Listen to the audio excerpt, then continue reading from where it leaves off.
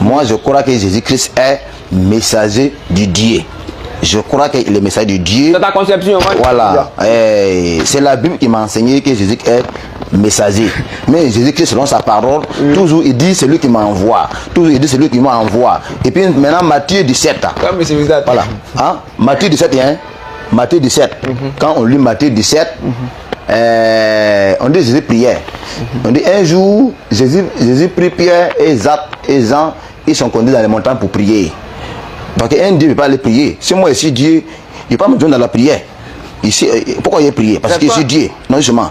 On dit Jésus priait. Lorsqu'il priait là, il y a une voix qui est fit entendre dans le ciel. Voici celui est mon fils, que j'ai mis toute ma confiance en lui. Écoutez-les. Est-ce qu'on va? On dit une voix fit entendre dans le ciel. Donc ces voix qui entendent dans le ciel là, moi il dit que c'est Dieu qui est au ciel, c'est Dieu qui parle à Jésus-Christ. C'est pas lui-même qui a, voilà, c'est pas Dieu même qui a. Est-ce qu'on comprend? Donc moi je crois que Jésus-Christ n'est pas Dieu, c'est pour cela qu'il prie. Parce qu'un Dieu ne peut pas prier.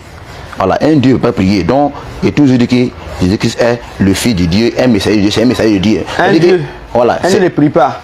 Mais il te dit, est-ce que toi tu connais, Jésus qui t'a dit non, lui, il a un autre Dieu. Lui t'a dit ça. Comment? Jésus qui lui t'a dit non, il a un autre Dieu. Quand Jésus-Christ, quand il parlait, il dit mon père, qui est son père là?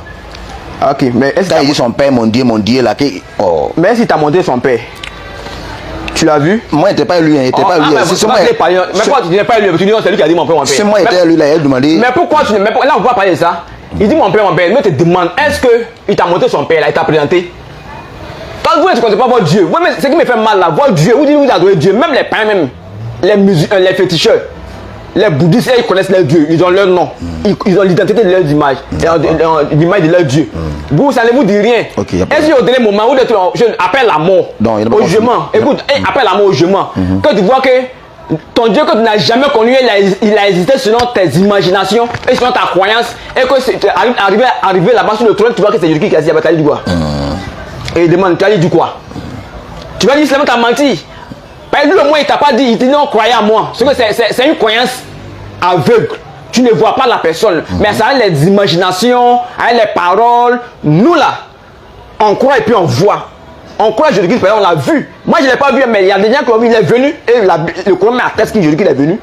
Nous, on l'a vu. Et c'est lui qui est notre Dieu. C'est lui qui porte le nom de Dieu là. Le grand D là. Nous, on n'appelle pas Jésus-Christ. Mais toi, ton grand D là, tu n'appelles pas qui? Dieu, tu n'en parles pas éternel. N'ayez pas honte. Donc, je suis évangéliste. Ah, il n'y a pas de tu as pris une note d'évangéliste, sinon tu n'es pas évangéliste, champion. Monsieur, si vous avez d'autres choses, allons-y. Évangéliste Emmanuel. Voilà. Donc, toujours, moi, j'ai toujours dit que... Madame,